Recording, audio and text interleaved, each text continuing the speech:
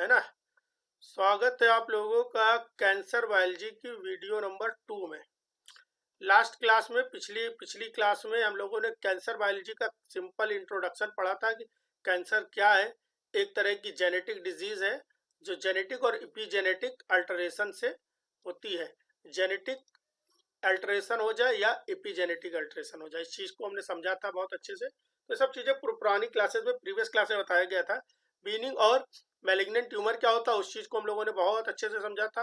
Cancer कितने तरीके के होते हैं उनमें से हमने बोला था कि कार्सिनोमा और सार्कोमा, दो चीजें बहुत ध्यान से पता होनी चाहिए। कार्सिनोमा एपिथेलियल और सार्कोमा जो मीजेनकाइमल है ना। इसके अलावा ल्यूकेमिया तो सुन के पता चल रहा, लिम्फोमा पता चल रहा, माइलोमा, माइलोमा जो होता है प्लाज्मा सेल में रहता है, याद रहना चाहिए। और एक बहुत इंपॉर्टेंट है टेरेटो कार्सिनोमा। टेरेटो कार्सिनोमा बहुत पूछा जाता है। ग्लियोब्लास्टोमा, ग्लियोब्लास्टोमा क्या है, ग्लियल सेल्स में रहता है, ये बताया गया था। कल हरिओम जी उपस्थित थे, हरिओम जी बतला रहे थे कि जो न्यूरॉन्स होती है उनमें कैंसर नहीं होता, बहुत सही बात बोल रहे थे। सेंट्रियोल नहीं होता है ना। और एक्चुअली में न्यूरॉन्स में कैंसर नहीं हो करके कहाँ पर कैंसर होता है, न्यूरॉन्स के साथ में जो उसके उसके साथ की सेल्स जो है ना, वहां पर होता है, जैसे कि ग्लियोब्लास्ट में होता है, ग्लियल सेल्स में होता है। प्रॉपर्टीज कैंसर की खूब अच्छे से हम लोगों ने पढ़ी। हॉलमार्क पढ़ा, और हॉलमार्क और प्रॉपर्टीज में डिफरेंस क्या है एग्जैक्टली। हॉलमार्क जो है वो कैंसर लेवल की बात करते हैं, और प्रॉपर्टीज जो है वो कैंसर सेल के लेवल पे बात करते हैं। फिर मेटास्टेसिस के बारे में जाना। अब मेटास्टेसिस के बारे में जब भी जान रहे थे हम लोग, ठीक है, मेटास्टेसिस के बारे में जान रहे थे तो हो क्या रहा था कि यहाँ पर कुछ टर्म आ रहे थे, जैसे कि ई कैदरीन क्या है, ई कैदरीन के बारे में, रो के बारे में जानना था हम लोगों को, है ना। रो के बारे में जान रहा था। MMP2 के बारे में, क्या MMP2 क्या होता है ना, इन सब चीजों के बारे में समझना है। तो चलिए अब हम लोग स्टार्ट करते हैं। सबसे पहले आता है आपका रोसी। रोसी क्या है, व्हाट इज रोसी। रोसी क्या है, तो it promotes actin cytoskeleton remodelling, increase migration and invasion, है ना। ये क्या करता है, जो एक्टिन का साइटोस्केलेटन नॉर्मल सेल में पाया जाता है, जो नॉर्मल सेल में एक्टिन का साइटोस्केलेटन पाया जा रहा है, उसकी रीमॉडलिंग करा देना। रीमॉडलिंग कुछ ऐसे करा देना, ऐसे ऐसे बना देना, है ना। नीचे की तरफ थोड़ा सा इन्वेडोपोडियम वगैरह बना देना। तो नीचे की तरफ ऐसा कुछ स्ट्रक्चर बना देना। ये कैसे पॉसिबल है, जब आप अंदर का साइटोस्केलेटन चेंज करोगे। तो एक्टिन की रिमॉडलिंग कराने के लिए कौन रिस्पॉन्सिबल है, रो सी रिस्पॉन्सिबल है ना, रो सी रिस्पॉन्सिबल है। इन्वेडोपोडिया क्या थी सर, ये एक्टिन रिच मेम्ब्रेन प्रोट्रूजन है, ये इन्वेडोपोडिया है, ये हिस्सा। इस हिस्से को हम लोग क्या बोल रहे थे, इन्वेडोपोडिया बोल रहे थे। यहाँ पर देखा गया है कि एक्टिन जो है वो अधिक मात्रा में पाया जा रहा है ना। तो इन्वेडोपोडिया बनाने का काम करता है। ये सिक्रीट करता है कुछ प्रोटीएस, ये क्या करता है, कुछ प्रोटीएस सिक्रीट करता है। ये कुछ प्रोटीएस सिक्रीट करता है। वो प्रोटीएस क्या करता है उसको जानने के लिए, है ना, जो पहले बार देख रहे हैं वो प्रीवियस क्लास को जरूर देख लेना। उम्मीद है सब लोग प्रीवियस क्लास जो थी वो पढ़े होंगे। तो इन्वेडोपोडिया कौन कौन से एंजाइम्स को सिक्रीट करता है वो चीजें हम लोगों ने बढ़ा दी थी, है ना, MMP2 वगैरह। इसमें एक और एक एंजाइम था यूपीए। यूपीए का पूरा नाम क्या होने वाला है यहाँ पर, यूपीए का पूरा नाम होने वाला है यहाँ पर, है ना, यूरोकाइनेज टाइप, अब ठीक है, urokinase type plasminogen activator. Overall ये प्लाज्मिनोजेन को एक्टिवेट कर रहा था, है ना। हम लोगों ने क्या पढ़ा था देख लेते हैं, थोड़ा सा रिवाइज कर लेते हैं। क्या पढ़ा था कि ये इन्वेडोपोडिया था। इन्वेडोपोडिया के अंदर खूब सारा एक्टिन था। क्या पता चला, रोसी ने एक्टिन बनवाया, और एक्टिन से इन्वेडोपोडिया बना, इन्वेडोपोडिया बना। और इन्वेडोपोडिया से एंजाइम निकले, कौन कौन से एंजाइम निकले, एमएमपी, है ना, MMP2 और MMP9 और यूपीए, ये एंजाइम निकले। और इस एंजाइम ने क्या कर दिया था, प्लाज्मिनोजेन को प्लाज्मिन में चेंज कर दिया था। बोलो सबको बात समझ में आ रही होगी, उम्मीद है ये बात याद आ रही होगी, है ना। इस तरह से फ्लो वर्क कर करके अगर मैं रिवाइज करता तो ऐसे करता, और आप लोगों को भी ऐसे रिवाइज करना है बार बार चीजों को, ठीक है। तो यूरोकाइनेज जो है आपका, वो क्या कर रहा है, यूपीए। अच्छा ये पूरा नाम नहीं याद रखना, आपको यूपीए याद रखना है बस। साइटोकाइनेज टाइप प्लाज्मिनोजेन एक्टिवेटर। ये प्लाज्मिनोजेन, अब देखो अगर पूरा नाम याद हो जाएगा तो पूरे नाम से याद पता चल रहा है कि प्लाज्मिनोजेन को एक्टिवेट करने वाला ये एंजाइम है ना। ये क्या करता है, प्लाज्मिनोजेन को प्लाज्मिन में चेंज करता है। और प्लाज्मिन क्या करता है, एक्स्ट्रा सेलुलर मैट्रिक्स का डिग्रेडेशन करा देता है। मान लिया कोई एक सेल है, मान लिया कोई एक कैंसर सेल है, मान लिया कोई एक दूसरी कैंसर सेल है, मान लिया कोई एक तीसरी कैंसर सेल है, इनके बीच में क्या पाया जा रहा है, खूब ढेर सारा एक्स्ट्रा सेलुलर मैट्रिक्स पाया जा रहा है। इस एक्स्ट्रा सेलुलर मैट्रिक्स को डिग्रेड करा देना। भैया जब एक्स्ट्रा सेलुलर मैट्रिक्स डिग्रेड होगा तो ये सेल्स की मोबिलिटी जो होगी और अच्छी हो पाएगी, तेजी से मूव कर पाएगा, है ना। मूव कर पाएगा तो हम लोग बोल सकते हैं क्या ये मेटास्टेसिस शो करेगा। जी सर, ये बिल्कुल मेटास्टेसिस के बारे में ही हम लोग बात कर रहे हैं, है ना। तो यहाँ पर और अच्छे से प्रोमिनेंटली मेटास्टेसिस हो पाएगी, ऐसा कुछ चल रहा है यहाँ पर।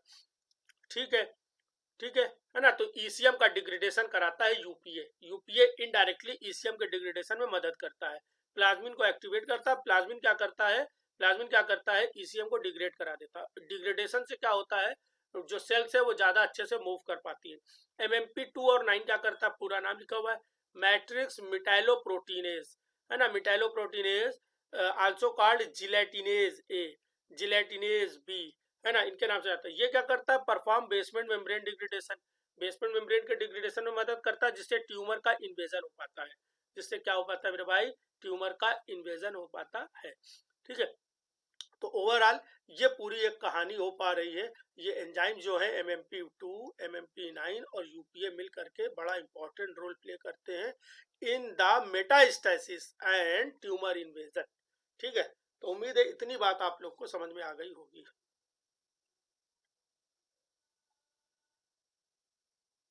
दो छोटे छोटे टॉपिक्स और पढ़ने हैं बस। पहला टॉपिक क्या आने वाला है आपका, एंजियोजेनेसिस। एंजियोजेनेसिस क्या होने वाली है मेरे भाई, बात समझते हैं। एंजियोजेनेसिस क्या है, एंजियोजेनेसिस क्या है, एंजियोजेनेसिस का मतलब क्या है, formation of new blood vessels. अब देखो होता क्या है, मान लिया गया कि नॉर्मल सेल थी 1 2, ये नॉर्मल कहानी थी, कैंसरस नहीं थी, नॉर्मल।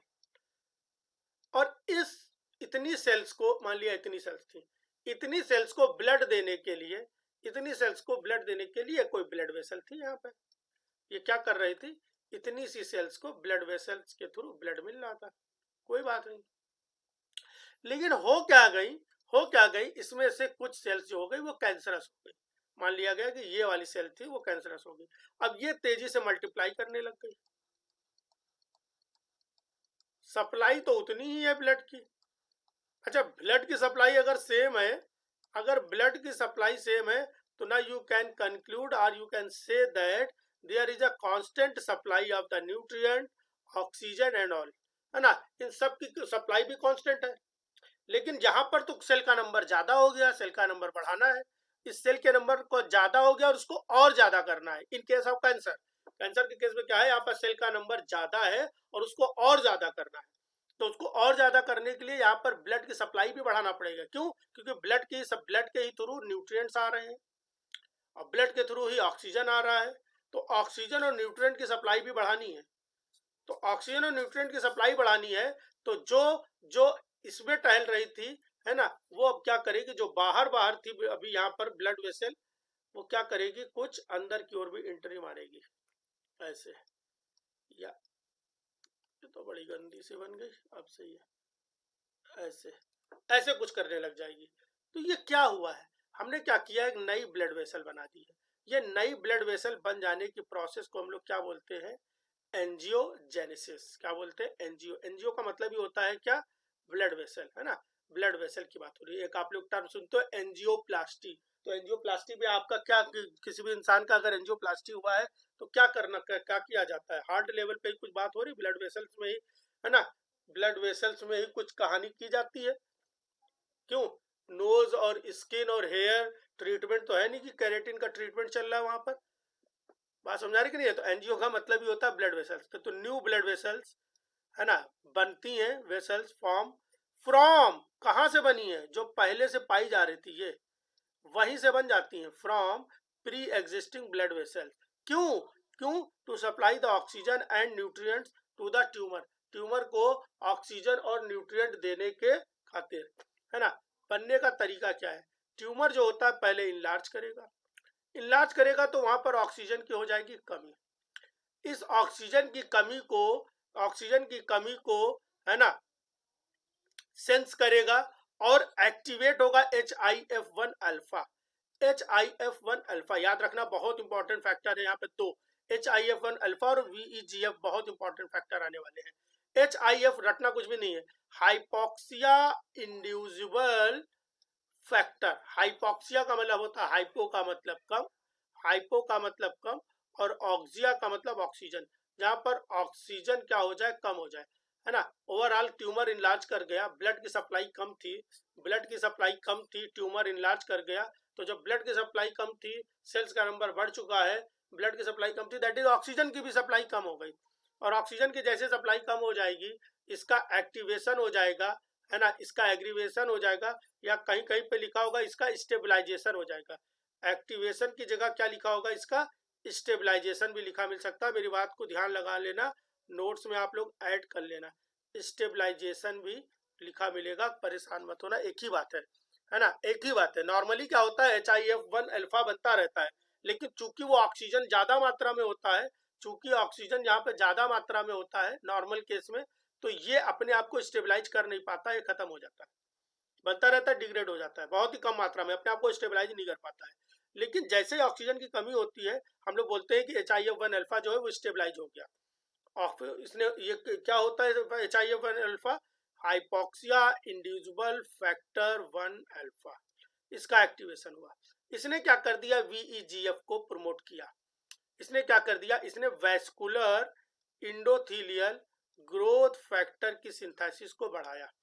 इसके आने के कारण HIF ने क्या कर दिया, HIF1 अल्फा ने क्या कर दिया, VEGF को बढ़ाया, वैस्कुलर इंडोथीलियल ग्रोथ फैक्टर।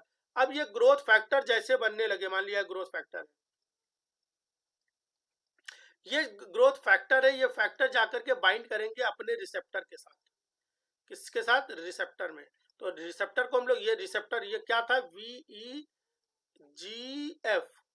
है ना, वैस्कुलर इंडोथीलियल ग्रोथ फैक्टर जा करके बाइंड करेंगे, वैस्कुलर इंडोथीलियल ग्रोथ फैक्टर जा करके बाइंड करेंगे रिसेप्टर के साथ, vascular endothelial growth factor receptor के साथ जाकर के बाइंड करेंगे, और उसको तुरंत ही रिसेप्टर को एक्टिवेट कर देंगे। रिसेप्टर को एक्टिवेट जैसे करेंगे, रिसेप्टर को एक्टिवेट जैसे करेंगे, ठीक है, रिसेप्टर को एक्टिवेट जैसे भी करेंगे, तुरंत ही क्या होने वाला है, तुरंत ही क्या होने वाला, अब मान लिया ऐसे समझते हैं, ऐसे मेम्ब्रेन है, ऐसे कोई एक मेम्ब्रेन है ना, उसमें ये रिसेप्टर लगा हुआ था, बाहर से आया VEGF वो इसके साथ आकर के बाइंड किया, और बाइंड कर गया, जैसे इसके साथ आकर के ये बाइंड किया, यहाँ पे ये बाइंड किया, यहाँ पर क्या होने लग गया, यहाँ पर क्या हो गया, ये तुरंत ही एक कैस्केड ओपन कर दिया, आपने छोटा मोटा सेल सिग्नलिंग पढ़ा होगा, जिससे एक लंबी चौड़ी सी सिग्नलिंग जनरेट हुई, है ना। और उस सिग्नलिंग ने अल्टीमेटली जा करके कुछ ऐसे ट्रांसक्रिप्शन फैक्टर बनाए, है ना, खूब लंबी सी सिग्नलिंग जनरेट हुई, कुछ ट्रांसक्रिप्शन फैक्टर बनाए जो न्यूक्लियस के अंदर इंटर कर गए और आगे की प्रोसेस को प्रोसीड करा दिए, है ना। तो हुआ क्या, VEGF एक्टिवेशन हो गया, इंडोथीलियल सेल का प्रोलिफरेशन हो गया, इससे क्या होने लगा, इंडोथीलियल सेल का प्रोलिफरेशन होने लगा, इंडोथीलियल सेल प्रोलिफरेट होने लगी, माइग्रेट करने लगी, और अल्टीमेटली एक ट्यूब बना ली। इस ट्यूब ने क्या किया, ये ट्यूब आगे चल करके छुटकी सी जो ट्यूब बन गई थी, वो आगे चल करके बड़ा सा पाइप बन जाएगी, और हम लोग इस बड़के से पाइप को हम लोग क्या बोलने वाले हैं, नई ब्लड वेसल बन गई, जिससे नॉर ऑक्सीजन और ज्यादा सा न्यूट्रिएंट मिलने लग जाएगा। यहाँ पर ट्यूमर की ग्रोथ प्रमोट होगी, यहाँ पर ट्यूमर की ग्रोथ क्या हो जाएगी, प्रमोट होगी। बोलो भाई, सबको ये वाली बात समझ में आ रही कि नहीं आ रही है? क्या एंजियोजेनेसिस सबको समझ में आ गया? ठीक है, एंजियोजेनेसिस सबको समझ में आ रहा है कि नहीं आ रहा है? अब आप लोगों को तुरंत काम करना है, वही पुराना कॉपी पेन उठा के रखना है, और जो मैंने बताया इसको एक बार फिर से देख करके पहले पढ़ लो, और फिर इसको बनाओ, ये बहुत इंपॉर्टेंट है। अब तक का जितना कैंसर पढ़ाया है, उस कैंसर में एंजियोजेनेसिस और मेटास्टेसिस, ये दो टॉपिक बहुत इंपॉर्टेंट रहने वाले हैं। तो देखिए भैया, मैंने साफ सफाई कर दी है, 9:45 हुआ है, आपके पास पूरा 5 मिनट का समय है, 2 मिनट इसको आप देख लो और 3 मिनट में आप बना लो।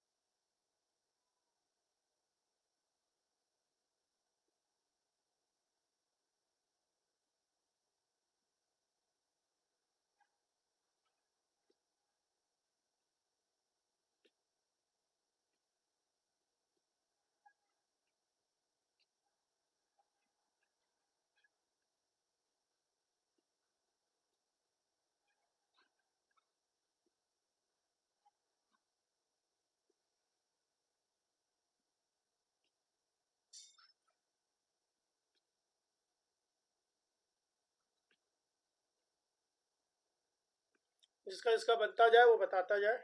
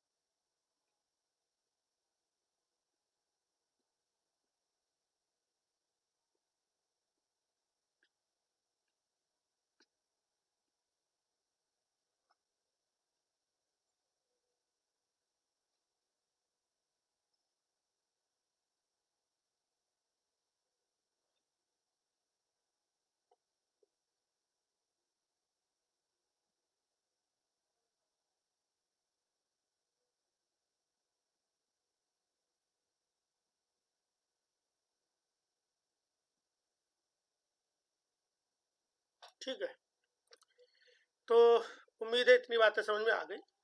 अब ये देख लेते हैं हम लोग क्या लिखा हुआ है यहाँ पर। यहाँ पर एंजियोजेनेसिस को कौन प्रमोट करा रहा है ना। एंजियोजेनेसिस को कौन प्रमोट करा रहा है, इस बात को जरा समझते हैं हम लोग। बोला जा रहा है एंजियोजेनेसिस जो है वो प्रमोट कराता है transforming growth factor alpha, transforming growth factor alpha, VEGF, vascular endothelial growth factor, है ना, वैस्कुलर इंडोथीलियर ग्रोथ फैक्टर। अच्छा, इस पे स्टार लगा हुआ है क्योंकि ये बहुत इंपॉर्टेंट है ये, है ना, इस पे क्वेश्चन आता है। वैस्कुलर इंडोथीलियर ग्रोथ फैक्टर क्या है ना। BFGF, फाइब्रोब्लास्ट ग्रोथ फैक्टर, है ना।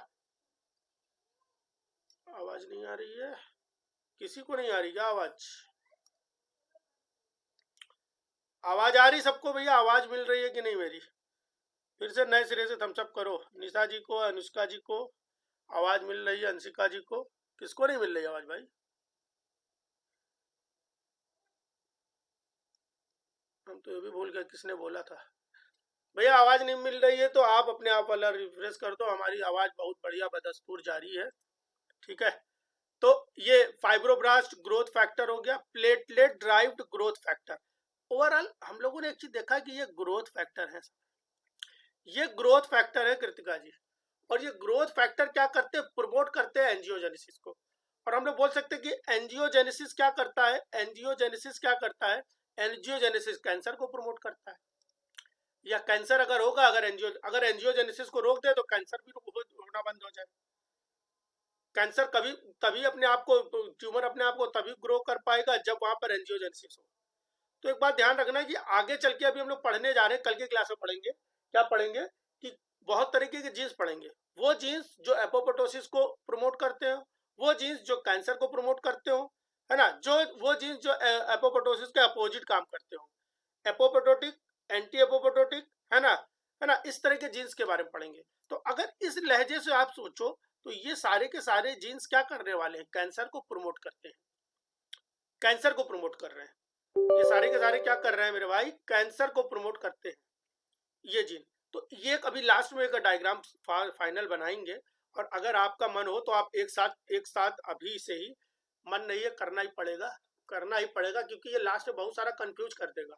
तो कंफ्यूजन ना हो इसलिए आप क्या करोगे, एक पेज ले लोगे लास्ट का अलग से, या तो छोटा सा A4 साइज का पेज ले लो और उसमें लिख दो कैंसर, बस ऐसे लिखो कैंसर या ट्यूमर, और ये साथ साथ मेरे करते चले जाओ, है ना, ट्यूमर। और उसमें एक तरफ बना दो ऐसे एरो, एरो का मतलब प्रमोट, और एक बना दो ये वाला सिंबल, इसका मतलब इनिबिट। अब लिखते चले जाओ कौन कौन से फैक्टर है जो कैंसर को प्रमोट कर रहे हैं। जैसे आज 3-4 तो आज ही पढ़ लिए कि TGF अल्फा जो है ना, TGF अल्फा, VEGF और FGF, PDGF, ये सारे के सारे जितने ग्रोथ फैक्टर है सबके सब कैंसर को प्रमोट कर रहे हैं, है ना, सबके सब कैंसर को प्रमोट कर रहे हैं। एंटी किसको, इसके एंटी कौन काम कर रहा है? इसके एंटी एक काम कर रहा है एंजियोस्टैटिन। एंजियोस्टैटिन क्या करता है? एंजियोजेनेसिस को बंद होने से रोकता है। इंडोस्टैटिन, इंडोस्टैटिन भी एंजियोजेनेसिस को होने से रोकता है। थ्रोम्बोस्पोंडिन, थ्रोम्बोस्पोंडिन भी एंजियोजेनेसिस, थ्रोम्बोस्पोंडिन 1 एंजियोजेनेसिस से रोकता है। तो ये इसके एंटी आ रहे हैं। तो एक साथ ये धीरे धीरे धीरे धीरे आपके पैसिवली चीजें चलती रहेंगी, कुछ इसमें मिलेगा और कुछ आपको अभी ऊपर जो हमने पढ़ाया था, ये MMP1, MMP2, है ना, UPA, है ना, रो सी, ये सब भी तो कैंसर को ही प्रमोट कर रहे हैं ना, ये भी तो कैंसर को प्रमोट कर रहा है। तो ये सब एक साथ लेके चलते चलो तो लास्ट में बड़ा आसान हो जाएगा, बहुत आसान हो जाएगा। पूरा कैंसर का चैप्टर मैक्सिमम 2 पेज में खत्म हो जाएगा।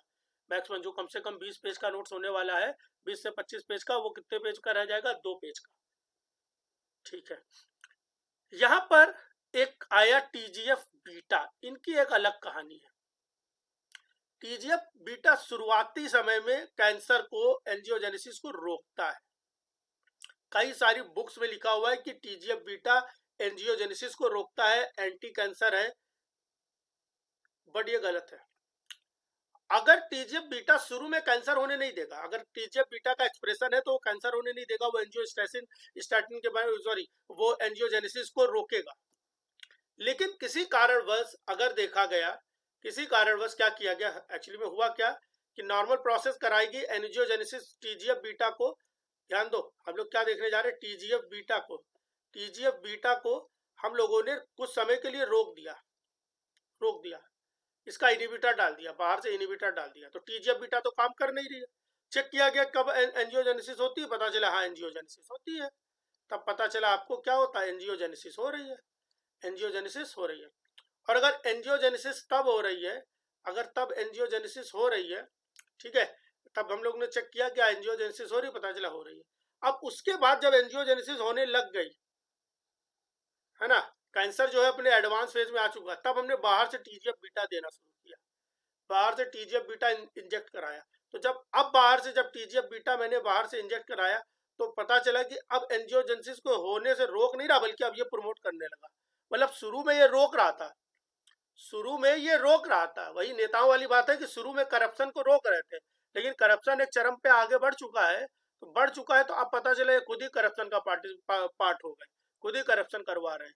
ठीक है, तो वही कहानी चल रही है। अर्ली स्टेज में TGF बीटा जो है ना, कैंसर की तरह कैंसर को रोकता है ना, इसकी तरह काम करता है एंजियो, इसकी तरह रहता है। अर्ली स्टेज में ये इनिबिट करने का काम करता है, लेकिन एडवांस स्टेज में क्या होता है, ये इसका पार्ट बन जाता है और ये क्या करने लग जाता है, एंजियोजेनेसिस को प्रमोट कराता है। बोलिए भाई, इतनी बात समझ में आ रही है कि नहीं आ रही है ना। कल हम लोगों ने पढ़ा था ड्यूरिंग ईएमटी, कितने लोग ईएमटी का फुल फॉर्म रिकॉल कर पा रहे हैं? कितने लोग ईएमटी का फुल फॉर्म रिकॉल कर पाए मन में? ईएमटी का फुल फॉर्म क्या था? क्या कोई है जो ईएमटी का फुल फॉर्म रिकॉल कर पा रहा है? इसीलिए कहता हूँ 10 मिनट पहले आना है आपको, पुराना नोट्स जो भी पढ़ाया है वो करना है। जैसे जैसे बताया जा रहा है वैसे वैसे करना है, तभी तो निकलेगा जी। और मैं बता रहा हूँ लगभग 20 बच्चा इनरोल हो चुका है अभी, और उस 20 में मेरी किस्मत इस अच्छी ये है कि ज्यादातर जो है वो सब JRF निकालने लायक है। मैं तो जैसे निशा जी हैं, इनका माइंड सेट, दीप्ति मैडम आज है नहीं शायद, शिवानी मैम है, सबके सब का माइंड जो दिमाग है बहुत सही है। ठीक है, आप लोग बहुत अच्छा, जैसे कुछ है, एक स्टूडेंट है हमारी, बहुत नाम नहीं लूंगा उसका, वो पहले मुझसे तैयारी करी है भैया, मुझे पता उसका JRF नहीं निकल पाएगा। वो इस बार फिर से ज्वाइन करना चाह रही थी, मैंने मना कर दिया कि समय मत बर्बाद करो। मान लो कुछ हमें फायदा हो जाएगा, कोई बात नहीं कि तुम्हारा भी समय बर्बाद होगा, फायदा कुछ है नहीं, कुछ अच्छा करो। आप नीट वो 11-12 वालों पढ़ाने वढ़ाने की प्रैक्टिस करो, TGT PGT चक्कर में रहो। लेकिन इसमें सारे के सारे ऐसे हैं जिनका JRF हो सकता है, लेकिन लगना पड़ेगा साथ में। जो बताया जा रहा है वो समझ लो डॉक्टर दवा बता रहे हो, लगना पड़ेगा, दिसंबर तक नॉन स्टॉप दवा खाते रहना पड़ेगा। सब ऋषि भाई हैं, इनका भी बढ़िया काम रहता है, अच्छा काम करते हैं। अनुष्का है ना, बहुत सारे तो ऐसे हैं जो ऑल इंडिया अच्छी रैंक दे सकते हैं, अंडर 50 अंडर 20 इस टाइप के हैं, बस लगना पड़ेगा साथ में। ठीक है, तो EMT इंडोथीलियल मीजेनकाइमल है ना, ट्रांजिशन था, यही था क्या? मैं भी भूल गया हूँ, यही था, निशा मैम कह रही यही था, चेक कर लूँ फिर से, कहाँ था, मैं तो ये भी भूल गया। मेटास्टेसिस,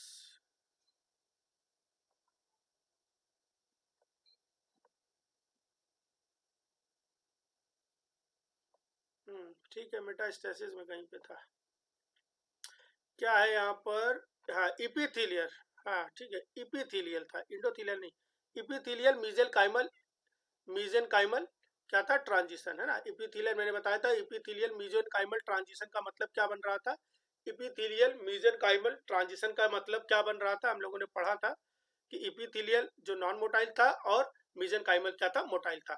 तो उस ट्रांजिशन में एक पॉइंट रह गया था, ई कैथेरिन जो था उसका एक्सप्रेशन कम हो जाता है और एन कैथेरिन का एक्सप्रेशन जो होता है बढ़ जाता है। बस हमको ये बताना था इस पॉइंट में, वो पॉइंट वहां पे मिस था, ये पॉइंट एक्चुअली में वहां पे चला जाना चाहिए था नोट्स में।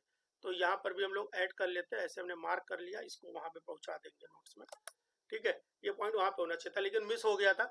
एक्चुअली में यहाँ पे एन का मतलब न्यूक्लियस न्यूक्लियस न्यूक्लियस नहीं है, एन का मतलब न्यूक्लियस नहीं है, एन का मतलब है, एन का मतलब है न्यूरल,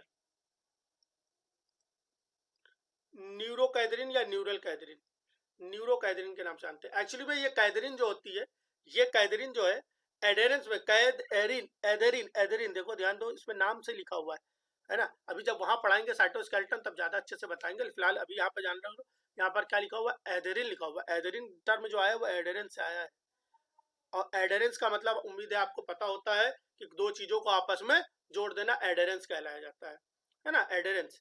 तो एडेरिन लिखा हुआ एन कैथरीन न्यूरो, एक्चुअली में इसको न्यूरॉन्स में पहले देखा गया है इसलिए एन कैथरीन, लेकिन इसका कहीं से भी ये मतलब नहीं हुआ कि ये केवल न्यूरॉन में पाया जाएगा, ऐसा कहीं भी मतलब नहीं है। ठीक है, तो होता क्या है कि उस समय पर क्या हुआ है कि ई कैथरीन डाउन रेगुलेट हो जाती है, उसका जो एक्सप्रेशन है वो कम होता है, उसका एक्सप्रेशन कम हो जाता है, जबकि एन कैथरीन का एक्सप्रेशन जो होता है भैया बढ़ जाता है। एन कैथरीन का एक्सप्रेशन जो है वो बढ़ता है और ई कैथरीन का घटता है, डाउन रेगुलेशन हो जाता है। जिसके कारण माइग्रेशन प्रमोट होता है और मेटास्टेसिस हो पाती है। तो ये वाला पॉइंट वहां पे मिस था कि एन कैथेनाइन का डाउन रेगुलेशन होता है। ठीक है, यहाँ तक चीजें कंप्लीट हो गई, यहाँ तक बातें आप लोगों की कंप्लीट हो गई हैं। अब एक लास्ट टॉपिक और बचा हुआ है जो कि मुझे पढ़ाना है, पढ़ा के ही रहना हर हाल में। टॉपिक का नाम हो रहा है आपका metabolic reprogramming in cancer cell. ठीक है, कल मैंने हरिओम जी कुछ क्वेश्चन पूछे थे तो वहां पे मैंने बोला था कि बहुत लेवल पे रीप्रोग्रामिंग चलती है। तो एक मेटाबॉलिकल रीप्रोग्रामिंग होती है। मेटाबॉलिकल रीप्रोग्रामिंग क्या होती है पहले जरा समझो। ठीक है, हमको कोई ये टाइप करके बताना पड़ेगा। हमको ये बताना पड़ेगा कि एरोबिक रिस्पिरेशन में किस स्टेप पे ऑक्सीजन यूज होती है। एरोबिक रिस्पिरेशन में कौन से स्टेप पे ऑक्सीजन, कौन कौन से स्टेप पे या कौन से स्टेप पे ऑक्सीजन यूज होती है, ये सबको टाइप करके बताना है। मैं देखना चाहता हूं कि आपका रिस्पिरेशन के रिस्पेक्ट में कितना अच्छा तैयार है। ऑप्शन हो गया आपका ग्लाइकोलिसिस, इसके बाद आता है टीसीए, टीसीए के बाद आता है, नहीं थोड़ा पहले भाग गए, इसके बाद आता है पायरुवेट ऑक्सीडेशन, इसके बाद आता है आपका टीसीए है ना, और लास्ट में आपका एक आता है ईटीएस। ये 4 स्टेप्स हैं। इनमें से किस किस स्टेप में ऑक्सीजन यूज होती है when we are going through aerobic respiration. जब हम लोग एरोबिक रिस्पिरेशन करा रहे होते हैं तो किस किस स्टेप में ऑक्सीजन यूज होती है, ए बी सी डी, है ना, किस किस स्टेप में ऑक्सीजन यूज होती है हमको बताना है when we are going through the aerobic respiration. जरा आप लोग बतलाएं, मेरे सवाल का जवाब दें। ये लिख के बताना पड़ेगा, बोल के भी बता सकते हो। ABCD में से कौन कौन है?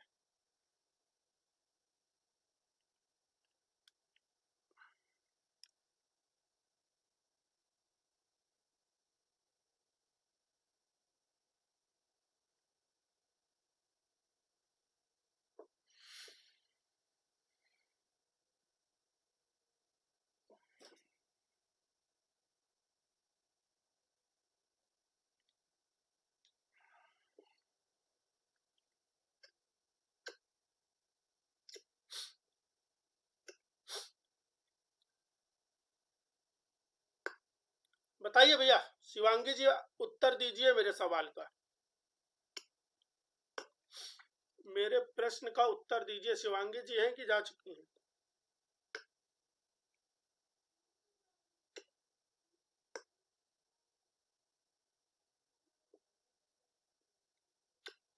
दो लोगों ने आंसर दिया है।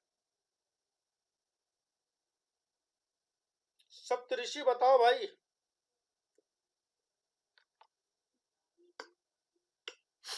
सप्तऋषि हैं कि जा चुके हैं भैया? ये बड़ी समस्या है, सब भाग भाग जा रहे हैं बार बार। देखिए कौन है। आस्था ने आंसर दिया, अर्चिता, हाँ ये नए लोग जो हैं, अर्चिता हैं, सप्तऋषि हैं, तो शिवांगी भी हैं, मौन है, बोल नहीं रही है, सब एडी के साथ जा रहे हैं, सबके सब गलत ही बता रहे हैं। चलो देखो, मैं देखना चाह रहा था कितना रिस्पिरेशन आ रहा है। अनुष्का ने डी बताया है, अनुष्का का आंसर केवल सही है। देखो ये स्टेप सीक्वेंस में चलता है मेरे भाई, ठीक है, खाली अनुष्का ने आंसर दिया है सही।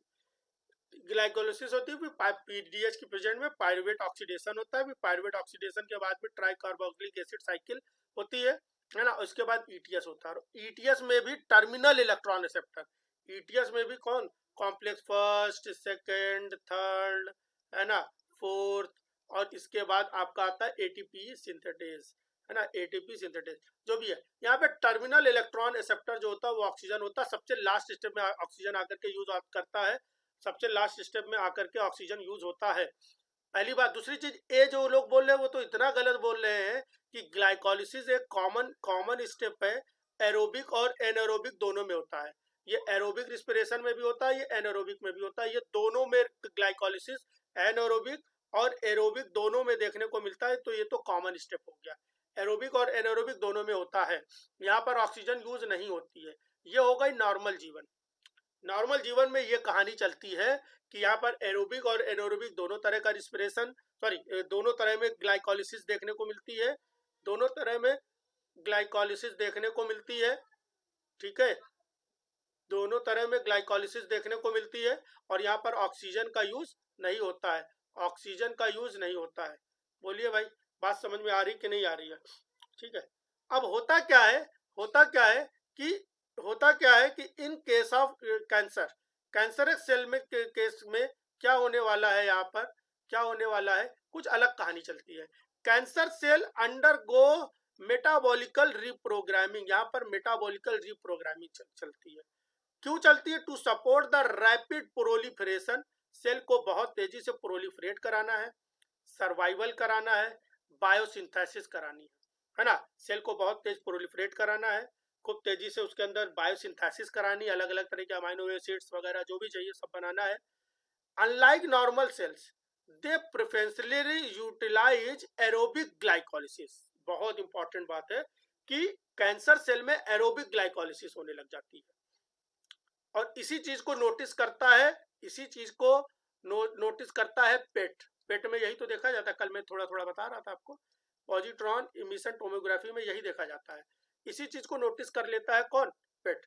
यहाँ पर एरोबिक ग्लाइकोलिसिस होती है, मतलब ऑक्सीजन का यूज करके ग्लाइकोलिसिस करी जाती है और इसको बोलते हैं वारबर्ग इफेक्ट। क्या बोलते हैं मेरे भाई? Warburg effect. And alter cellular metabolical pathway. अब इस वारबर्ग इफेक्ट होता है, एक तो पहली बात हो गया मेटाबॉलिकल प्रोग्रामिंग में, रीप्रोग्रामिंग में, एक तो हमें देखने को मिला यहाँ पर वारबर्ग इफेक्ट हो जाता है। सर वारबर्ग इफेक्ट क्या होता है? वारबर्ग इफेक्ट क्या होता है? एक तरह की एरोबिक ग्लाइकोलिसिस होती है। इसीलिए मैंने सबसे पहले क्वेश्चन यही पूछा था कि कहाँ कहाँ पे ऑक्सीजन यूज होती है।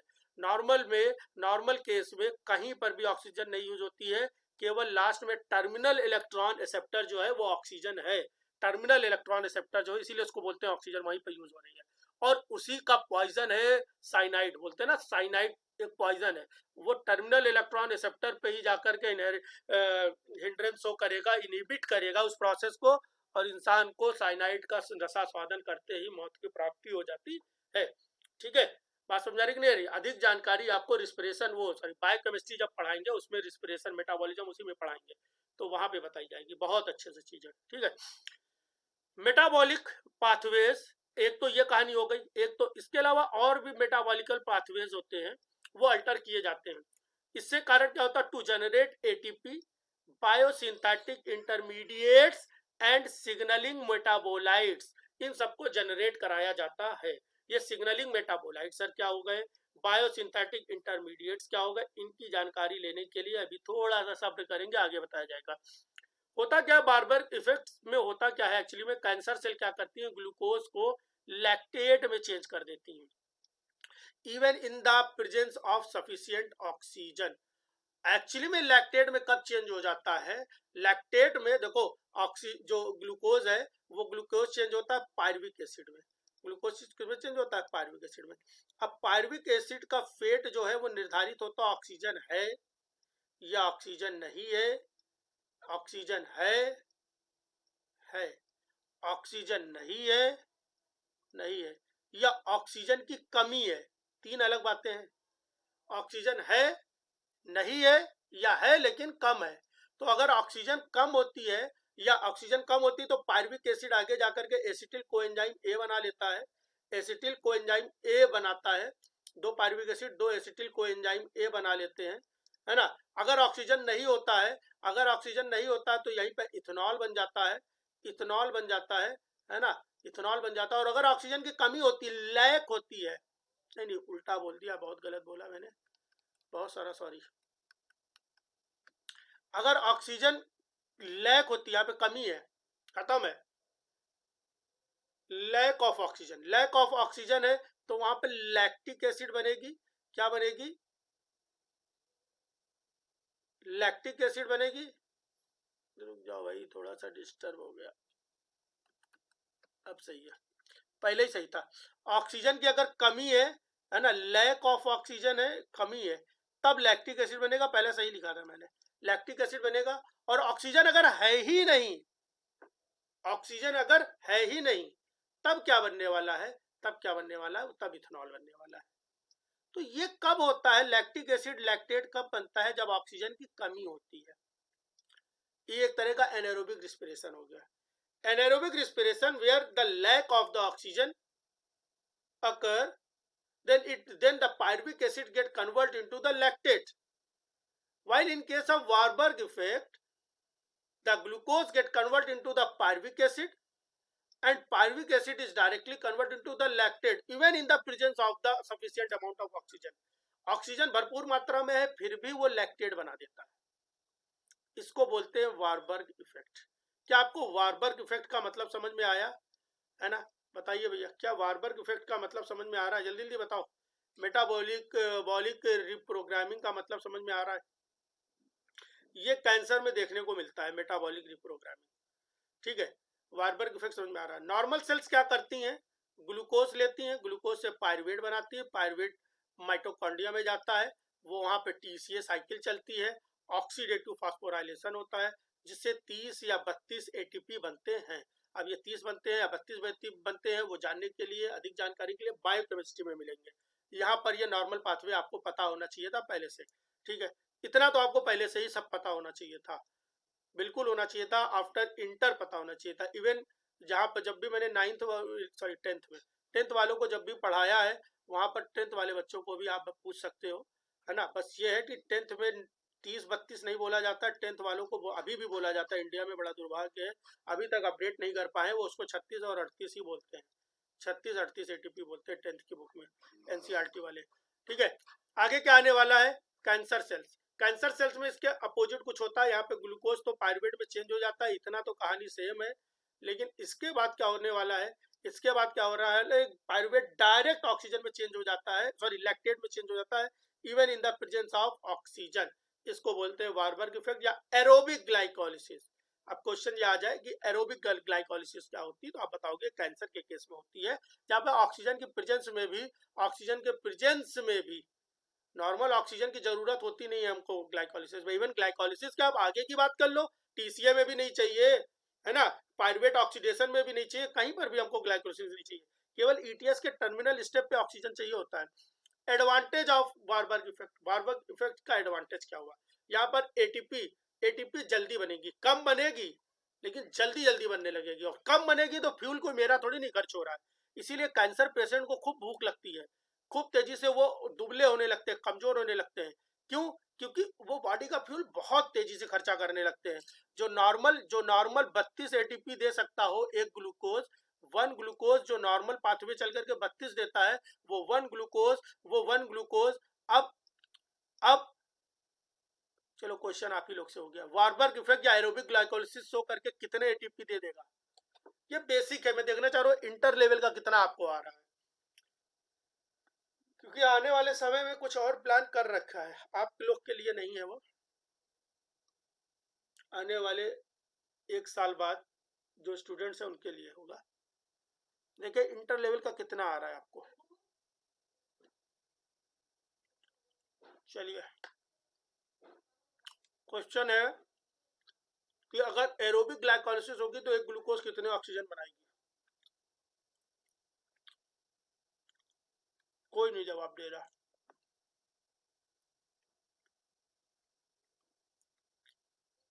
अनुष्का जी बतलाइए.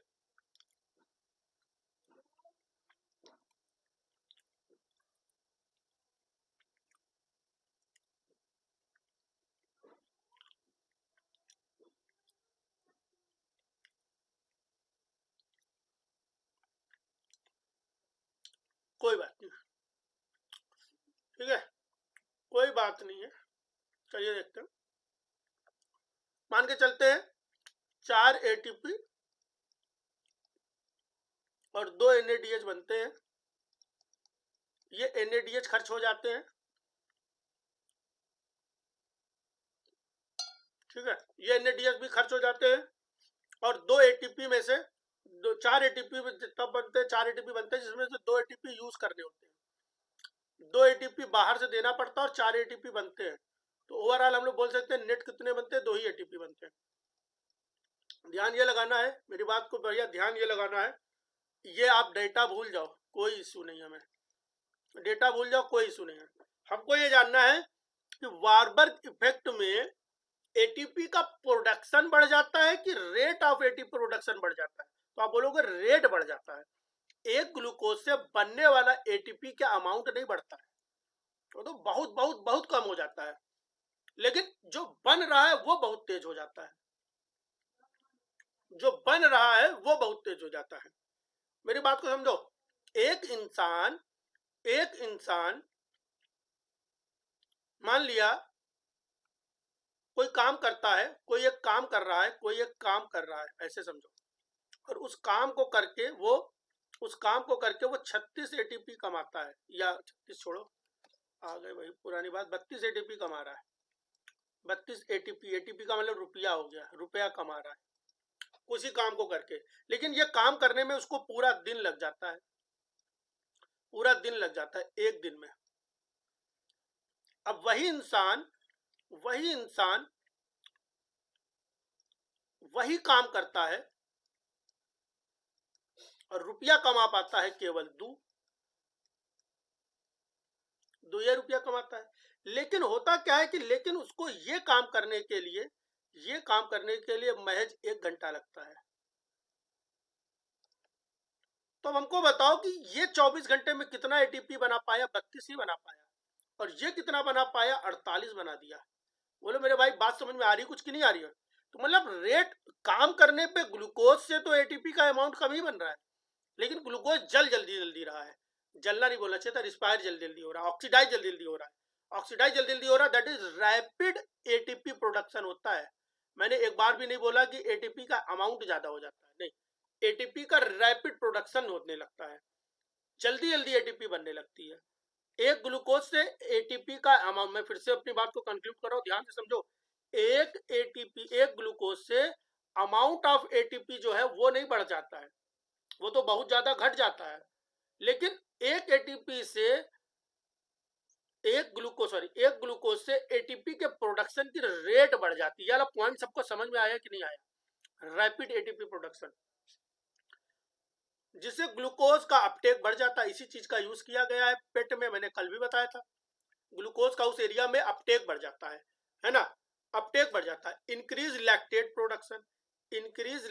प्रोडक्शन, जिससे वो उस एरिया में लैक्टेट भी बहुत ज्यादा बढ़ने लगता है। प्रोवाइड्स इंटरमीडिएट्स, बहुत सारे इंटरमीडिएट्स भी बनने लगते हैं जो न्यूक्लियोटाइड्स, अमाइनो एसिड्स और लिपिड्स की सिंथेसिस में पार्टिसिपेट करते हैं। सपोर्ट्स रैपिड सेल्फ प्रोलिफरेशन, ये क्या करता है? जिससे रैपिड सेल्फ प्रोलिफरेशन होता है। वार्बर्ग इफेक्ट, उम्मीद है आप लोग को समझ में आ गया होगा। एक आखिरी टॉपिक और बचा हुआ है ना, यहाँ पर आज के लिए क्या बचा हुआ? ऑन्कोमेटाबोलाइट्स। क्या बचा हुआ? ऑन्कोमेटाबोलाइट्स। कैंसर में ऑन्कोमेटाबोलाइट्स भी बनने लगते हैं। ऑन्कोमेटाबोलाइट्स बनने के पहले हम लोग एक काम करते हैं, ऑन्कोमेटाबोलाइट्स नहीं पढ़ेंगे, पहले तो थोड़ा सा इसको देख लेते हैं। यहाँ से कॉपी कर लेते हैं इसको और अपने यहाँ पे ले आते हैं।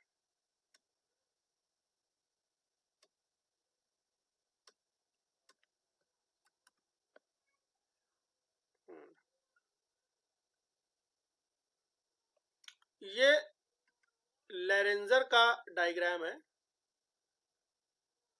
बायोकेमिस्ट्री की सबसे अच्छी मानी जाने वाली बुक्स जो है हमारे टेलीग्राम चैनल पे हैं। बहुत सारी बुक्स दी गई, लेरेंजर है उसमें, है ना। और भी बहुत सारी बुक्स मैं देख रहा हूँ, कल 2 बुक्स डाली हैं और ढूंढ कर और भी डालता रहूँगा। सारी बुक्स मिल जाएंगी आपको वहाँ पे अच्छे से। देखते हैं भाई, अब देखते हैं ये क्या है। ये एक आपका टीसीए साइकिल है, नॉर्मल टीसीए साइकिल है ना। ये चीज आप लोग इसका स्क्रीनशॉट ले लो। ये वाला डायग्राम एक बार आप लोग सोच लेना कैसे क्या होता है यहाँ पर कहानी, है ना। इसका स्क्रीनशॉट आप लोग ले लो। एसिटिल कोएंजाइम ए है, वो ऑक्जेलो एसिटिक एसिड के साथ जुड़ करके, है ना, जुड़ करके बनाता है सिट्रेट। सिट्रेट क्या करता है? सिट्रेट एकोनिटिक एसिड बना लेता है या सिस एकोनिटेट बनाता है। सिस एकोनिटेट अभी ना लो स्क्रीनशॉट, अभी जब लास्ट में बोलेंगे फिर एक बार और स्क्रीनशॉट लेना। सिस एकोनिटेट फर्दर चेंज हो जाता है आइसोसिट्रेट में, आइसोसिट्रेट चेंज हो जाता है अल्फा कीटो ग्लूट्रेट में, अल्फा कीटो ग्लूट्रेट चेंज हो जाता है सक्सिनिल कोएंजाइम में, और सक्सिनिल कोएंजाइम ए चेंज हो जाता है सक्सिनिक एसिड में। यहाँ पे लिखा हुआ सॉरी, सक्सिनिक एसिड में, और जिसको सक्सिनेट भी बोल सकते हो। सक्सिनेट जो चेंज हो जाता है फर्दर जाकर के फ्यूमेरिक एसिड में, और फ्यूमेरिक एसिड मैलिक एसिड में चेंज हो जाता है। फर्दर डीकार्बोक्सिलेशन करके ये ऑक्सैलिक एसिड में चेंज हो जाता है। ये पूरी साइकिल में प्रोसेस चलती है ना। ये पूरी पूरी साइकिल भी आपको चेंज हो जाता है। इसकी एक बहुत अच्छी सी ट्रिक है जो मैं रिस्पिरेशन में बताऊंगा, है ना, जो मैं रिस्पिरेशन में बताऊंगा, और जीवन भर आप उस ट्रिक को, इस पूरी, ये कितने लोग यहाँ पे जवाब दें कि कितने लोग बेगर देखे टीसीए साइकिल बना सकते हैं? कितने लोग बेगर देखे पूरी टीसीए साइकिल बना सकते हैं? अनुष्का जी बना सकती हैं, निशा जी बगैर देखे पूरी टीसीए साइकिल बना सकती है ना। तो जिन लोगों को नहीं आ रहा है टीसीए साइकिल, वो मैं आपको ऐसी ट्रिक बताऊंगा कि जीवन भर याद रहेगी। कहीं पर दिन दहाड़े, कहीं किसी समय चौराहे पे, ट्रेन में, मेट्रो में, कहीं पूछोगे आपको हमेशा याद रहेगी। हम आज का बताने का कारण क्या रहा कि एक नॉर्मल पाथवे चलता है। कब? जब सेल नॉर्मल हो। नॉर्मल सेल में ये नॉर्मल पाथवे चलता है, लेकिन ड्यूरिंग कैंसर ये पाथवे कुछ डिस्टर्ब हो जाता है। ये पाथवे डिस्टर्ब हो जाता है। एक्चुअली में होता क्या है कि यहाँ पर जो एंजाइम है, एंजाइम्स को जरा मार्क करते हैं। एक हो गया आइसोसिट्रेट डिहाइड्रोजिनेज, ये बड़ा इंपॉर्टेंट एंजाइम है। ये एंजाइम क्या करता है? आइसोसिट्रेट को, ठीक है, आइसोसिट्रेट को देखो भाई क्या कर रहा है, आइसोसिट्रेट को चेंज कर दे रहा है, चेंज कर दे रहा है। किसमें? किसमें चेंज कर रहा है आपको? अल्फा कीटो ग्लूटरेट में, अल्फा कीटो ग्लूटरेट में, ग्लूटरेट में, है ना, अल्फा केजी में, अल्फा केजी में ये इसको चेंज कर देता है आइसोसिट्रेट। कौन करता है एंजाइम? एंजाइम का नाम है आईडीएच, आइसोसिट्रेट डिहाइड्रोजिनेज एंजाइम। ये कब हुआ? ये नॉर्मल हुआ। ये नॉर्मल कहानी है। लेकिन होता क्या है कि ड्यूरिंग कैंसर ये जो आईडीएच एंजाइम है, ड्यूरिंग कैंसर ये जो आईडीएच एंजाइम है, इसमें हो जाता है, इसके इसके इस आईडीएच एंजाइम, एंजाइम काहे से बना होगा? ये आईडीएच एंजाइम है ना, ये एंजाइम है। ये एंजाइम काहे से बना होगा सर? ये तो प्रोटीन से बना होगा। प्रोटीन कैसे बना होगा सर? प्रोटीन तो इसके लिए कोई जीन होता होगा, उस वो जीन ये प्रोटीन बनाता होगा। तो जीन एमआरएनए बनाता है ना। या और छोड़ दो, और छोड़ देते हैं, एक स्टेप और आगे भागते हैं। ये जीन कैसे बना होगा सर? प्रोटीन कैसे बना होगा सर? इसके लिए कोई एमआरएनए होगा, और एमआरएनए कैसे बना होगा? जीन होगा। मेरे भाई ध्यान लगाना, होता क्या है कि कैंसर के केस में क्या होता है, इसी जीन में हो जाता है म्यूटेशन। इस जीन में म्यूटेशन होने के कारण एक म्यूटेटेड एमआरएनए बनता है, और म्यूटेटेड एमआरएनए से म्यूटेटेड प्रोटीन बनती है, और म्यूटेटेड प्रोटीन बनने से म्यूटेटेड आईडीएच बनता है। अब म्यूटेटेड आईडीएच करता क्या है? म्यूटेटेड जो नॉर्मल आईडीएच था वो ऐसा था, मान लिया नॉर्मल आईडीएच जो था वो ऐसा था, ऐसा था, मान लिया ये आईडीएच था नॉर्मल। ये इसका हमने एक्टिव साइट बनाई है। ये मैंने जो बनाई है इसकी, ये मैंने क्या बना दी है? इसकी एक्टिव साइट बना दी, येलो कलर से आपको हमने मेंशन करके दिया। ये एक्टिव साइट थी।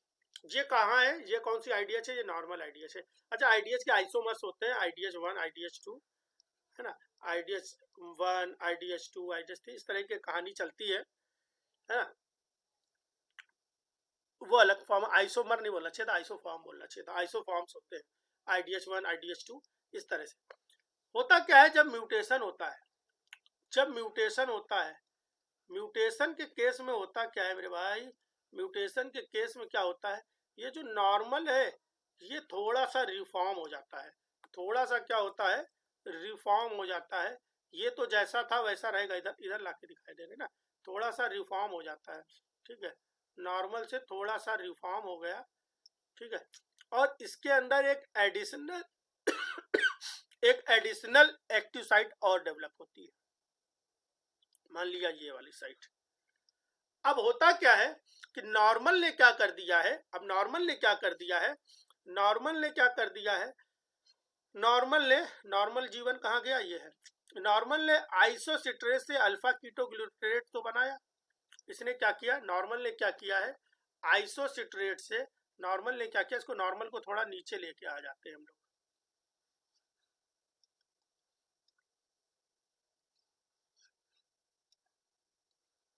अब ठीक है, ठीक है। नॉर्मल केस में क्या चल रहा है? नॉर्मल केस में क्या चल रहा है? ध्यान दो मेरे भाई। नॉर्मल में क्या हो रहा है? जो आइसोसिट्रेट है वो अल्फा केजी में चेंज हो रहा है, अल्फा कीटोग्लूटरेट में तो चेंज हो रहा है। लेकिन ये अल्फा कीटोग्लूटरेट जो है, जब म्यूटेशन हुआ तो अल्फा कीटोग्लूटरेट जो है वो फर्दर फिर से चेंज हो गया। नॉर्मल में केस में क्या होना चाहिए था, ये अल्फा कीटोग्लूटरेट जो है वो आगे जाना चाहिए था और चेंज होना चाहिए था सक्सिनिल कोएंजाइम ए में। काय में चेंज हो जाना चाहिए था, सक्सिनिल कोएंजाइम ए में। नॉर्मल केस में अल्फा कीटोग्लूटरेट नॉर्मल केस में आइसोसिट्रेट अल्फा कीटोग्लूटरेट में चेंज होना चाहिए था और अल्फा कीटोग्लूटरेट काय में चेंज होना चाहिए था, सक्सिनिल कोएंजाइम ए में। अल्फा कीटोग्लूटरेट को सक्सिनिल कोएंजाइम ए में चेंज कराने के लिए एक अलग टाइप का एंजाइम यहाँ पर पार्टिसिपेट कर रहा है। कौन सा एंजाइम है, अल्फा कीटोग्लूटरेट डिहाइड्रोजिनेज कॉम्प्लेक्स, है ना, ये काम करता है। लेकिन ड्यूरिंग कैंसर के केस में क्या होता है, आइसोसिट्रेट जो होता है, आइसोसिट्रेट डिहाइड्रोजिनेज अल्फा कीटोग्लूटरेट तो बनाता है लेकिन इसको फर्दर किसी और फॉर्म में चेंज कर देता है, किसी और फॉर्म में चेंज करता है। वो क्या है, उस चीज को हम लोगों को अब देखना है। बोला जा रहा है कि normally alpha isocitrate dehydrogenase H1 isocitrate dehydrogenase H2 converts isocitrate to alpha ketoglutarate. Mutation in IDH IDH2 confers neomorphic activity, एक नई एक्टिविटी, नियो मतलब नया, न्यू नई एक्टिविटी आ जाती है IDH के अंदर। वो क्या करने लगता है, अल्फा कीटोग्लूटरेट को फर्दर चेंज कर देता है 2 हाइड्रोक्सी ग्लूटरेट में, 2HG में चेंज करता है। किस में चेंज करता है ये अल्फा कीटोग्लूटरेट को 2HG में चेंज करता है, 2 हाइड्रोक्सी ग्लूटरेट में चेंज कर देता है, 2 हाइड्रोक्सी ग्लूटरेट में चेंज कर लेता है, जो एक तरह का ऑन्कोमेटाबोलाइट है। जो एक तरह का क्या है, ऑन्को मतलब कैंसर के केस में देखने को मिलता है। तो ऑन्कोमेटाबोलाइट क्या हुआ, एक बार फिर से हम लोग पढ़ के देखते हैं। Certain mutations in the metabolical enzymes produces abnormal metabolites called oncometabolites। abnormal metabolites बनाता है जिसको हम लोग क्या कहते हैं, oncometabolites के नाम से जानते हैं। जो क्या करता है, which promote cancer, जो कैंसर को प्रमोट करता है। अभी हम लोग समझेंगे कैसे प्रमोट करता है। जैसे कि एक एग्जांपल देकर के हमें लोग को दिखाया गया है कि नॉर्मल IDH1 जो है, IDH2 जो है वो कन्वर्ट कर देता है आइसोसिट्रेट को अल्फा कीटोग्लूटरेट में। लेकिन ड्यूरिंग कैंसर के केस में IDH जो होता है वो म्यूटेट हो जाता है। Mutation in IDH1 IDH2 IDH1 IDH2 क्या है, एक्चुअली में इनकी अकरेंस होती है, IDH1 IDH2 IDH3, है ना, IDH1 IDH2 3 ऐसे मिलेंगे आपको। एक्चुअली में अलग अलग तरह की सेल्स में या अलग अलग तरह की सेल्स में ये अलग अलग मिलते हैं, लेकिन काम सब सेम ही कर रहे हैं। कुछ तरह की सेल्स होंगी वहां पर IDH1 पाया जाएगा, कुछ तरह की सेल्स होंगी वहां पर IDH2 पाया जाएगा, कुछ तरह में IDH1 IDH2 दोनों पाए जाएंगे, कहीं पे 3 पाए जाएंगे। वो हम लोगों का कंसर्न नहीं, हम लोग का कंसर्न इस समय क्या है, केवल और केवल ऑन्कोमेटाबोलाइट में। हम लोग का कंसर्न अभी यहाँ पर TCA साइकिल तैयार करवाना भी नहीं था, है ना। बस थोड़ा सा बेसिक हम लोग को ये जानना जरूरी था कि आपको कितना रिस्पिरेशन आ रहा है, कितना रिस्पिरेशन आ रहा है वो खाली जानना था। तो रिस्पिरेशन इतना आ रहा है कि आप लोगों ने ग्लाइकोलिसिस में ऑक्सीजन यूज करवा दी। ठीक है, चलिए देखते हैं। तो यहाँ पर क्या हो गया, कन्वर्टिंग अल्फा कीटोग्लूटरेट इनटू ऑन्कोमेटाबोलाइट्स। यहाँ पर क्या हुआ, म्यूटेशन इन IDH1 में म्यूटेशन हुआ, IDH2 में म्यूटेशन हुआ, जिसके कारण उसके अंदर एक नई एक्टिविटी आ गई जो पहले नहीं थी। पहले वो एक्टिविटी नहीं थी, एक नई एक्टिविटी आई है भाई, एक नई एक्टिविटी आई है। वो क्या कर रहा है, वो अल्फा कीटोग्लूटरेट को फर्दर चेंज कर दे रहा है। अल्फा कीटोग्लूटरेट को ये इसको अलग कलर से लिखते हैं, बहुत जरूरी बात लिख रही है।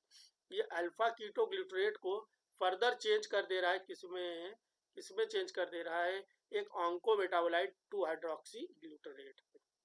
बोलो इतनी बात सबको समझ में आ गई? क्या ये बात सबको समझ में आ रही कि नहीं आ रही है? देखो सबको बात आ रही समझ में, बहुत खुशी की बात है, बहुत ज्यादा खुशी की बात है भाई। अब ये IDH1 देखो क्या कर रहा है, IDH1 एक ऑन्कोमेटाबोलाइट बनाता है जिसका नाम है 2 हाइड्रोक्सी ग्लूटरेट। ये DNA और हिस्टोन में हाइपर मिथाइलेशन को प्रमोट करता है। 2 हाइड्रोक्सी ग्लूटरेट क्या करता है, DNA और हिस्टोन प्रोटीन में हाइपर मिथाइलेशन करवा देने का काम करता है। अभी इस बात को भी हम लोग समझेंगे। इसके अलावा क्या होता है, इसके अलावा SDH और FH ये भी कुछ काम करते हैं। क्या वो फोटो बची है? हाँ बची है। SDH देखो, SDH enzyme succinyl coenzyme A synthetase succinate dehydrogenase, ये है एक एंजाइम ये, और एक एंजाइम FH था, क्या था भूल गया मैं तो, FH था, ठीक है, FH फ्यूमरेज,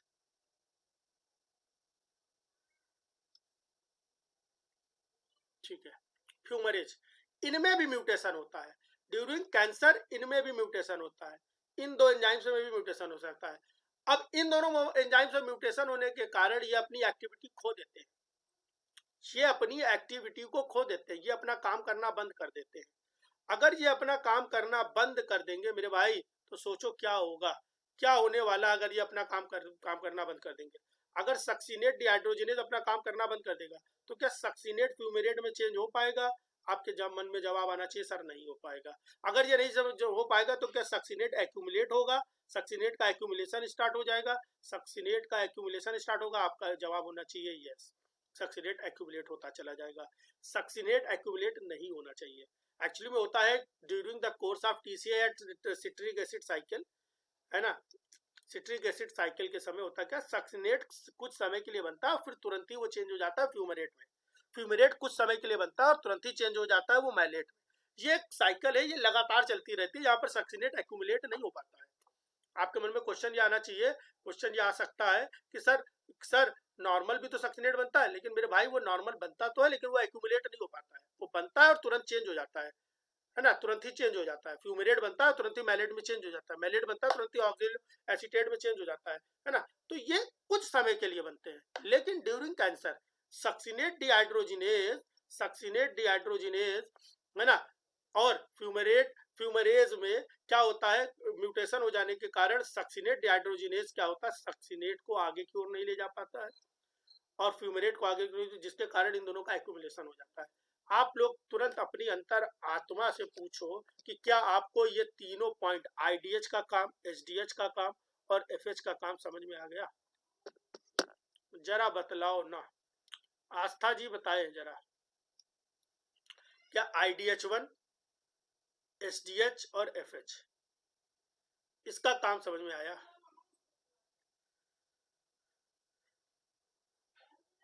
कैसे सक्सीनेट, फ्यूमरेट ये ऑन्कोमेटाबोलाइट की तरह काम किए, बताइए, कृतिका जी बताएं और सब लोग बताएं भाई, कृतिका है, अर्चिता है ना, अनुष्का बनर्जी एंड बनर्जी दोनों बताएं। सप्तऋषि बहुत ही साइलेंट है आज, वो कुछ बता रही है, ठीक है। तो ये सब चीजें हम लोग को समझ में आती चली जा रही है ना, ये बनते हैं कैंसर के केस में। अब ये जब ये बनने लग जाते हैं तो ये कैंसर के हिसाब से प्रोसेस को डेवलप करना शुरू कर देते हैं, ये कैंसर के अकॉर्डिंग ही प्रोसेस को आगे की ओर रेगुलेट करते हैं। जैसे कि IDH1 क्या करता है, DNA और हिस्टोन हाइपर मिथाइलेशन कराता है, HDH और FH क्या करता है, ये दोनों क्या करते हैं, इनिबिट प्रोलिल हाइड्रोक्सीलेज, प्रोलिल हाइड्रोक्सीलेज को इनिबिट करते हैं, जिसके कारण HIF का स्टेबलाइजेशन, HIF1 अल्फा का स्टेबलाइजेशन हो जाता है, इनिबिट प्रोलिल हाइड्रोक्सीलेशन, जिसके कारण HIF1 का अल्फा का स्टेबलाइजेशन होने लगता है। तो ये ओवरऑल HIF1 अल्फा को प्रमोट करते बनने को। और आज ही तो अभी हम लोग HIF अल्फा पढ़े हैं, HIF1 अल्फा हम लोगों ने आज ही तो पढ़ा है। अभी HIF1 अल्फा कहाँ पढ़ा है, एंजियोजेनेसिस में सर हमने पढ़ा है शायद, एंजियोजेनेसिस में हम लोगों ने पढ़ा है शायद, है ना, एंजियोजेनेसिस में पढ़ा है, कहाँ पढ़ा है, यहाँ पढ़ा है। एंजियोजेनेसिस में HIF1 अल्फा बनता है और HIF1 अल्फा क्या करता है, वो VEGF को एक्टिवेट कर देता है ना। तो आप सोचो HIF1 अल्फा जब बनने लगेगा, HIF अल्फा जब बनने लगेगा तो क्या होगा, एंजियोजेनेसिस होगी, ठीक है। तो आज हम लोगों ने इतना सीख लिया है, कितना सीख लिया है, ये भी सीख लिया, देखते हैं, ये दोनों बातें यहीं पे खत्म हो गई। अभी ये वाली बात बची हुई है कि DNA का हाइपर मिथाइलेशन और हाइपोमिथाइलेशन होता है तो कैसे क्या होता है ना, खत्म ही कर देते हैं, जरा सा बचा हुआ है, जरा सा बचा हुआ है। देखो म्यूटेटेड IDH क्या करता है, म्यूटेटेड IDH क्या कर रहा है, म्यूटेटेड IDH क्या कर रहा है, एक नियोमार्फिक एक्टिविटी को एक्वायर करता है जो अल्फा कीटो ग्लूटरेट को 2 हाइड्रोक्सी है ना ग्लूटरेट में चेंज कर देता है। अब ये देखो 2 हाइड्रोक्सी ग्लूटरेट करता क्या है, 2 हाइड्रोक्सी ग्लूटरेट करता क्या, उससे पहले जानने से पहले हम लोगों को हमने पहले बताया कि रिवर्स पढ़ना होता है। इस तरह के पाथवे जब भी हम लोग पढ़े तो रिवर्स पढ़े। इस तरह के पाथवे कैसे पढ़े, बोला था जब DNA का डीमिथाइलेशन होता है तो जीन ऑन होता है, जीन ऑन होता है। इस DNA के डीमिथाइलेशन को कराने के लिए एक एंजाइम होता है TET enzyme, TET enzyme DNA demethylation कराता है। फिर से क्या बोलेंगे? टेट एंजाइम डीएनए डिमिथाइलेशन कराता है, जिससे जीन ऑन हो जाता है। मान लिया ये जीन जो था वो एपोप्टोटिक जीन था। कौन सा जीन था? एपोप्टोटिक जीन था, जो एपोप्टोसिस कराएगा। और अगर एपोप्टोसिस हो रहा है तो कैंसर नहीं होगा। कैंसर कब होता है? जब एपोप्टोसिस डिस्टर्ब हो जाए। सोचो भाई, कैंसर कब होगा? जब एपोप्टोसिस ही डिस्टर्ब हो जाए। टेट एंजाइम जो है वो डीएनए का डीमिथाइलेशन कराता है, जिससे जीन ऑन होता है। मान लिया ये जीन, जो खूबसूरत सा जीन है, वो कोई एक एपोप्टोटिक जीन था, वो अगर ऑन हो गया तो कैंसर नहीं होगा। अब टेट का फुल फॉर्म लिखा हुआ 1011 ट्रांसलेशन डीएनए डाईऑक्सीजिनेज, ये एंजाइम है। ये जो है, ये कहानी ग्रीन कलर से जो मैं दिखाने जा रहा हूँ आपको, ये नॉर्मल लाइफ है। नॉर्मल, जिसके कैंसर नहीं है, सॉरी, जिसके कैंसर नहीं है, उसके उसके जीवन में ये चल रहा है, ये कहानी। लेकिन होता क्या है, जब कैंसर हो जाता है, जब अल्टरनेट क्रेब साइकिल बनने लग जाती है, जब आंकोमेटाबोलाइट बनता है 2HG, वो आ करके इसी टेट को ही इनिबिट कर देगा। मेरे भाई, अगर टेट को इनिबिट कर दिया, टेट को इनिबिट कर दिया तो सोचो क्या होगा। टेट को इनिबिट कर दिया तो क्या होगा? टेट को इनिबिट कर देने से क्या होने वाला है? टेट को इनिबिट कर देने से क्या डीएनए डीमिथाइलेशन हो पाएगा? नहीं हो पाएगा। मतलब डीएनए पे लगातार मिथाइलेशन हो जाएगा। डीएनए पे मिथाइलेशन डीमिथाइलेशन नहीं होगा, बल्कि डीएनए पे क्या होगा, जो आपका डीएनए है उस पर ढेर सारे मिथाइल ग्रुप लगना शुरू हो जाएंगे, है ना। डीएनए पे ढेर सारे मिथाइल ग्रुप। क्या हम इस कंडीशन को बोलते हैं डीएनए का हाइपर मिथाइलेशन होगा? जी सर, आप डीएनए का हाइपर मिथाइलेशन बोल सकते हो। तो यही तो मैंने ऊपर लिखा है। 2HG क्या करता है? 2HG, सॉरी, 2HG क्या करता है? डीएनए का हाइपर मिथाइलेशन कराता है। डीएनए का हाइपर मिथाइलेशन कराता है। ऐसे ही 2HG और एक काम करता है। वो क्या करता है? वो एक और काम करता है। 2HG एक और काम करता है, एक और कदम आगे बढ़ाता है। उस कदम का नाम क्या है? के का मतलब लाइसिन होता है। के, जब आप अमाइनो एसिड का सिंगल लेटर एक्सप्रेशन पढ़ोगे तो लाइसिन को के से दिखाते हैं। लाइसिन डीमिथाइलेज, ये लाइसिन डीमिथाइलेज। अब लाइसिन डीमिथाइलेज क्या कराता है? हिस्टोन को डीमिथाइलेट कराता है, जिससे हिस्टोन डीमिथाइलेट हो जाता है। हिस्टोन अगर डीमिथाइलेट हो जाता है मेरे भाई, तो वहां के चारों तरफ लपेटा हुआ जो डीएनए है, उसके चारों तरफ पाया जाने वाला जो डीएनए है, वो थोड़ा सा लूज हो जाएगा। पता चला हिस्टोन अगर मिथाइलेटेड है, तो जो डीएनए उससे बाइंड है, डीएनए जो बाइंड है, वो थोड़ा सा लूज हो जाएगा। और लूज हो जाएगा तो वहां का जीन जो है वो ऑन हो जाएगा।